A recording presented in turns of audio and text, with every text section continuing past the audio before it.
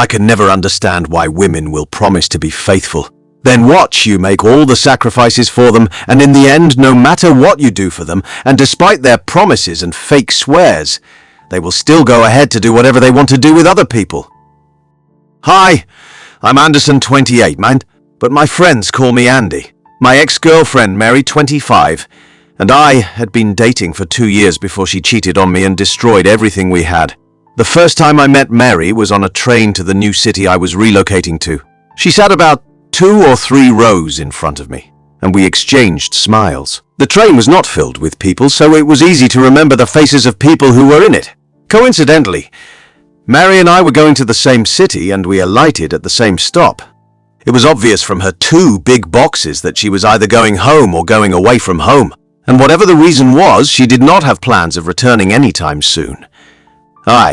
On the other hand, I had a small box with just a few pair of jeans, an old pair of sneakers, a few polos, and some cash.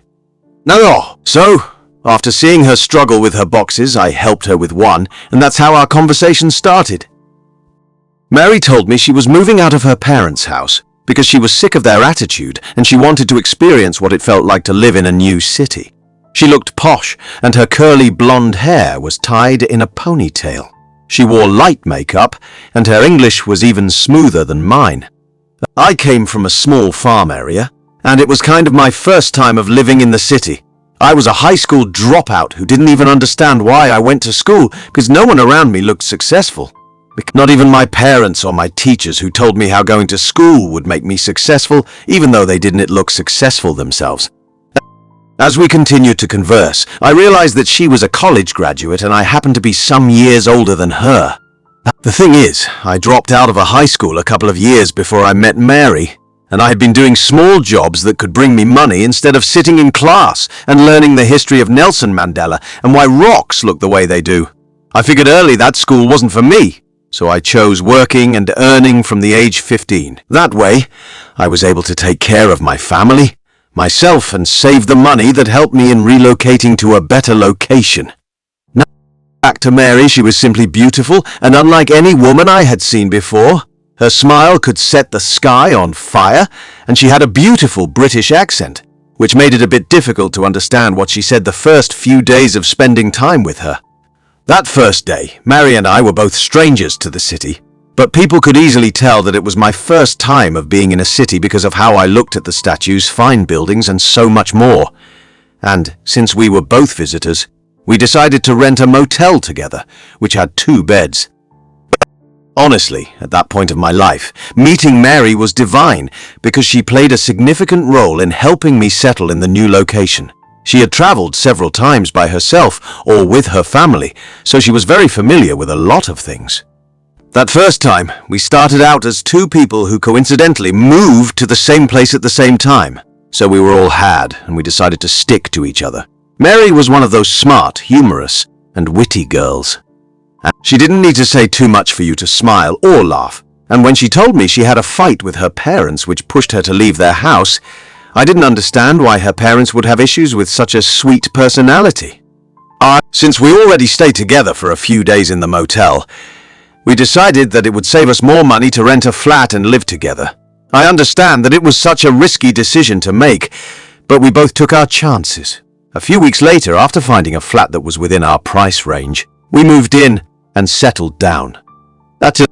Shortly after that, I started looking for a job, and I was able to find one as a restaurant worker, and I began to work, so I could at least send back some money to my parents and siblings.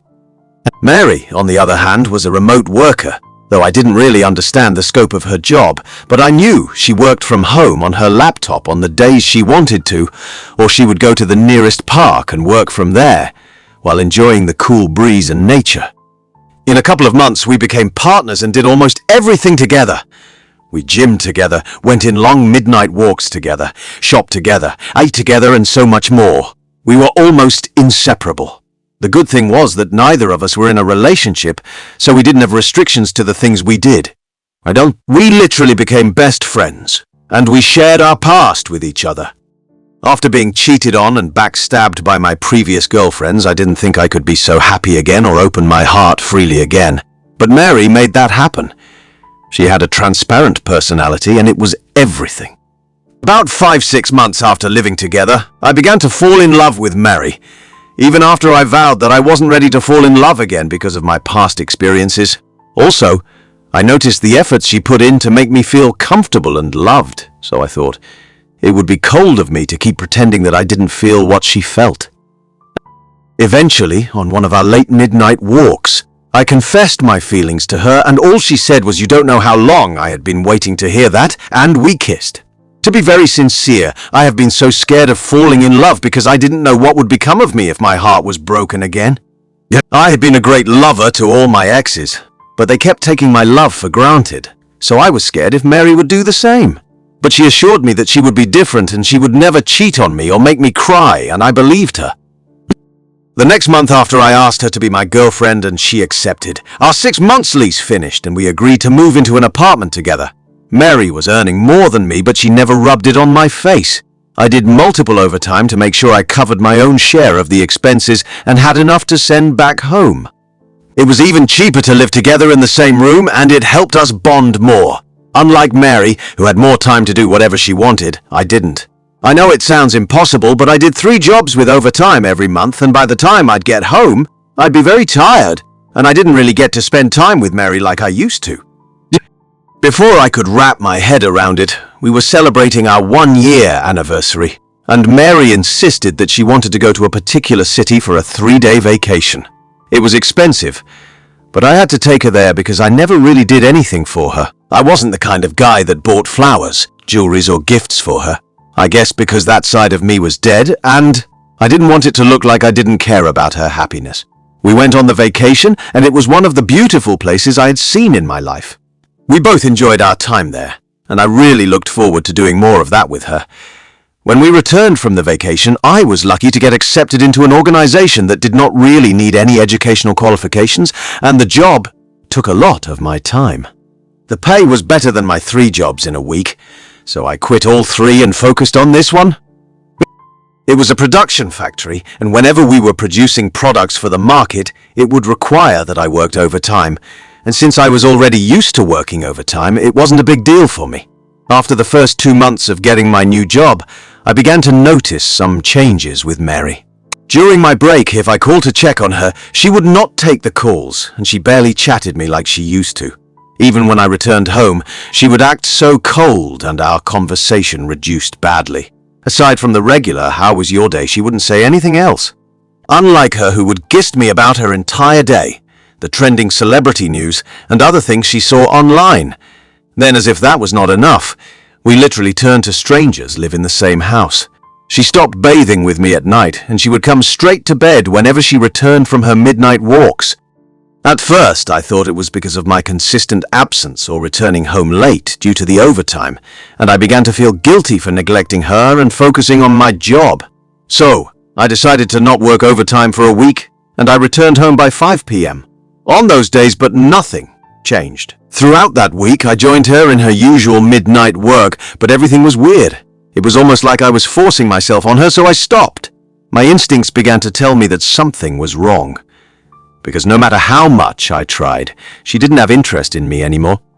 She no longer laughed at my silly jokes or me intentionally acting dumb to make her laugh. The first few weeks I struggled with these thoughts in my head because I didn't want to believe that Mary would cheat on me despite knowing how hurt I was in the past and making those promises. And I spoke to a new friend colleague of mine at work about my suspicions, and he told me to check her phone or look around the house so I could be sure and take my mind off it. He also suggested that I got her gifts or anything she loved, so I saved up for 2 weeks and bought her an expensive bracelet she once showed me on an online store. No. Somehow giving her the bracelet brightened her up, but it didn't take us back to how we used to be. She received the bracelet with so much joy, and we even got intimate that night after a very long time of not letting me touch her. About a few days later, she returned back to being cold, and it really got me worried. And this time around, I decided it was time to satisfy my curiosity. I began to check her phone whenever she went to sleep, but no matter how much I jumped from one social media app to another, I could not find anything, so I stopped searching her phone. Because of my suspicion, I started coming back home earlier than other days, and I didn't let her know my movement. Each passing day, my suspicion grew stronger and stronger, and I could swear that she was no longer the Mary I lived with and fell in love with. She was always on her phone, watching TV or asleep on weekends, and this alone really took its mental toll on me. At that point, I could not take it anymore, and I really wanted to know what was going on between us. So, I confronted her about it, and she said everything was fine, that she was just having mood swings, and that was all. It was really weird to hear that because it has been months and she'd been giving me the same shitty attitude. Talking, bathing, walking together, eating, and even being intimate with her had been a major problem. It was almost like she wanted to be on her own, and this made me feel terrible inside. I didn't believe she was having mood swings, so I kept looking for the signs of her cheating on me. One day, I returned around 11 p.m. that evening, and she was already out for her late evening walks. I think I perceived a strong male cologne from the living room, and it made my stomach churn. At that point, I didn't know if it was my mind playing tricks on me or it was me making things up, but I started to search the house. I searched the whole living room for anything that belonged to a man. I searched our room, and then I went to the bathroom. In the bathroom, I searched the trash like I had done other times before, but this time, I found already used protection, and they were tied in a nylon inside the trash can. When I saw it, my heart sank. My instincts were right that Mary was cheating on me. Funnily enough, I didn't shed a single tear. I was so mad and I wanted her to have a taste of her own medicine. I won't go into details for legal reasons, but a few weeks later, she found out she was pregnant, and I pretended to be happy for us. Meanwhile, I knew I wasn't responsible. Why? She majorly did the buying of the baby stuff with her money because I lied that my mom was sick, and I wouldn't have any money to contribute to the shopping at the end of the month, and she understood. All along, she didn't know that I knew about her affair with another man. She kept at it, and I pretended to not know anything was going on. Wangabai, we weren't close anymore, so we just kept being the housemates we were. Before she gave birth, I ensured that she had settled whatever issue she had with her parents, and she even used to travel back home while she was pregnant, so they knew I was her boyfriend. On the day she gave birth, I made sure I took her to the hospital and did everything that was necessary. But immediately she put to birth and was allowed to see visitors. I told her everything I knew and what I had done to her, and then I left her there. She called my phone several times, but I didn't take her calls. The next day, I moved her things and took it to her parents' place, and they were very surprised. I told them everything that happened, and they did not believe me at first, Aniel. Mary told them the truth later. Before the truth came out, she moved back to her parents' house, and she threatened to sue me, but she didn't have any evidence. Her parents asked her to explain what was going on, but she said there was nothing to explain because I was responsible for her pregnancy. She didn't know they knew, and she must have believed I was bluffing. Why? In the end, her parents asked her to do a DNA test, and the results came out that I wasn't her baby's father. Her parents were so disappointed, but they had to care for her and the newborn baby. When she got exposed, she became very remorseful and begged me to forgive her and take her back. But I blocked her from all the social media platform we shared. I moved to another apartment and ghosted her. It's been 2 years now since it happened, and I cannot still get over the hurt I feel.